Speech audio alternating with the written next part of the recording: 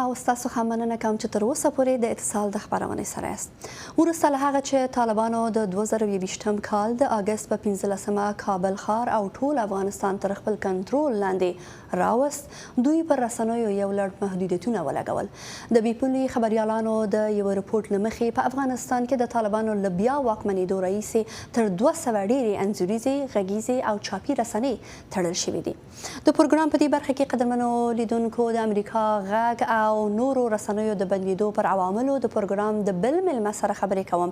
پخوانی افغان چارواکی او خبریال محمد حلیم فدایي صاحب، ستړی مشئ فدایي صاحب، پروګرام ته په خیر راغلی. ډېره مننه کوم چې موږ ته هم وخت راکړه. تاسو حتما په خبرونو کې به مو اورېدلي اوسي چې د امریکا غږ او د ازادۍ راډیو فعالیتونه او د دې نشرات په افغانستان کې د طالبانو لخوا نه بند شو. که په سر کې راته ووایاست چې تاسو د طالبانو دې پریکړې ته په کوم نظر ګورئ؟ رڼا جانې، تاسو ته او د تاسو ټولو اورېدونکو ته خپل سلامونه او نیکې هیلې وړاندې کوم. علیکم سلام. امریکا غږ او همدارنګه ازادۍ راډیو په افغانستان کې د ولسونو د ستونزو پر برسېره کولو او همدارنګه په عامه پوهاوي کې ډیر اساسي نقش لوبولی دی او دغه هر رسنۍ دغه نقش په ډیر مؤثر توګه باندې ترسره کولی شي. زه فکر کوم چې د بیان، فکر او عقیدې ازادي هم په اسلامي متونو او هم په نړیوالو بشري قوانینو کې یو مسلم حق دی. دغه طالب نه چې یو استبدادي، انحصاري او دیکتاتورانه رژیم دی، زه فکر نه کوم چې له دوی نه موږ د بل څه توقع ولرو. د دغو ډول رژیمونو ځانګړنه دا وي چې دوی له استدلال، منطق نه ډیر زیاته ویره لري. دوی له نقد نه ډیر ویریږي او دا د خپلواک لپاره ګواښ ګڼي. دغه کړنه چې څومره هم وغندل شي کمه ده.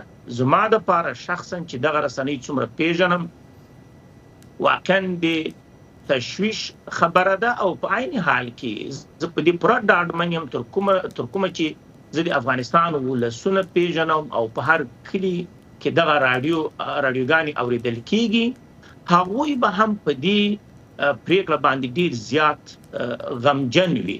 اما چونکې د طالب دغه وجودي فلسفه او منطق دا په استبداد، انحصار، بې عدالتۍ ولاړ دی، نو له دغسې یو رژیم نه له دې نه پرته د بل څه توقع کېدل زه فکر کوم دا به بې ځایه. فدایي صاحب، ما مخکې د جهاني صاحب سره هم چې خبرې درلودلې پر دې باندې موږ وغږېدلو چې دا پریکړه څومره سیاسي ده، ځکه دوی پخوا چې نړیوال رسنۍ محدودې کړې، مخصوصا د امریکا غږ ټلویزیوني پروګرامونه، د دوی دا علت دا ویل چې په دې کې اسلامي حجاب نه مراعاتېږي، چې یو علت دا و. اوس راډیوي پروګرامونه چې اوس دوی بند کړل، څه فکر کوي چې دا څومره سیاسي چلند دی او د امریکا غږ سره داسې چلند کول څومره کولی شي چې د دوی دننه په افغانستان کې د رسنیو ازادي تر پوښتنې لاندې راولي؟ دا ناانساني چلند دی او د بشري حقونو پر خلاف چلند دی. طالبان په داسې کړنو باندې غواړي چې هغه مشکلات چې اوس په افغانستان کې دي او ولس ورځ تر بلې ترې پوزې ته راځي، که هغه بیکاري ده، که هغه د تعلیم نشتوالی دی، که هغه د کار ستونزې دي، که هغه فقر دی، که هغه اقتصادي موضوعات دي، غریبي ده، د خلکو له هیواد نه وتل دي، غواړي چې دغه موضوعات را برسېره نسي او سترګې پټې کړي او فکر کوي چې د سترګو په پټولو سره به دغه ستونزه را برسېره نشي یا به دغه ستونزه حل شي. زه فکر کوم چې په داسې کړنو باندې دوی یوازې او یوازې د افغانستان د ولس په مصیبتونو او د دوی په مشکلاتو کې زیاتوالی راولي. او شاید یو علت دا هم وي چې دوی د ولس د ستونزو په کیسه کې ځکه دومره نه دي چې دوی د ولس نه مشروعیت نه دی اخیستی، دوی ته ولس رایه نه ده ورکړې، دوی د ولس په زور یا د ولس په طاقت یا په رایه باندې دوی نه دي راغلي، نو دوی ځان ولس ته مسؤل نه ګڼي. او له بل پلوه له دې لارې نه چې کله دغه رسنۍ بندیږي او د دې ډېر نږدې تړاو د ښوونځیو له بندېدو سره هم ده، ځکه چې رسنیو یو نقش هغه عامه پوهاوی او همدارنګه د ځینو مهمو مسایلو په اړه باندې د ولس پوهاوی دی. نو دوی غواړي چې ولس ذهنونه تیاره وساتي او هغه جاهل وساتي، هغه بېخبره وساتي. په دغسې یو تیاره فضا کې دوی کولای سي د هغه اسلام چې دوی ورنه کوم تعبیر لري له نوم نه په استفادې خپل استبدادي دیکتاتورانه او ظالمانه پالیسۍ له دې لارې نه په دوی باندې قاچاق کړي. او حتی اوس موږ ګورو چې د طالبانو په حکومت کې د فساد کچه که اخلاقي فساد که اداري فساد هغه هم ډیر زیات شوی دی.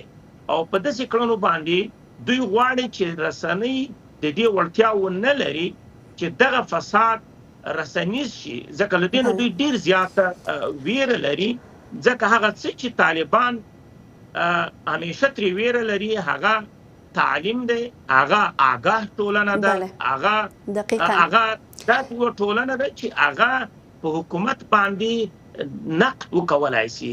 نو غواړي چې دغه جوهر زموږ په ملت کې له منځه یوسي او دوی د اسلام په نوم باندې هغه خپل وروسته پاته فکر د اسلام په غلاف کې په دوی باندې تیر کړي. بالکل فدایي صاحب، ستاسو د خبرو سره ماته د یو امریکایي سیاستوال خبره په یاد شو چې یو ټولنه هغه وخت پرمختګ کولی شي چې میرمنې پکې تعلیم یافته وي او رسنۍ پکې آزاد. څه فکر کوئ چې د دې کار سره طالبان څه ترلاسه کول غواړي؟ آیا دا ډول چلند د دوی په تاوان نه تمامیږي؟ دوی نه پوهیږي چې دا ډول چلند د دوی په وړاندې حساسیتونه نور هم زیاتوي؟ پورې طالبان ځان وژنه حلاله بولي. یو سړی چې ځان وژني نو هغوی ته د ملت وژل، د ملت محرومول، د ملت جاهله کول، د ملت فقیر کول، د ملت بېسواده کول هیڅ معنا نه لري.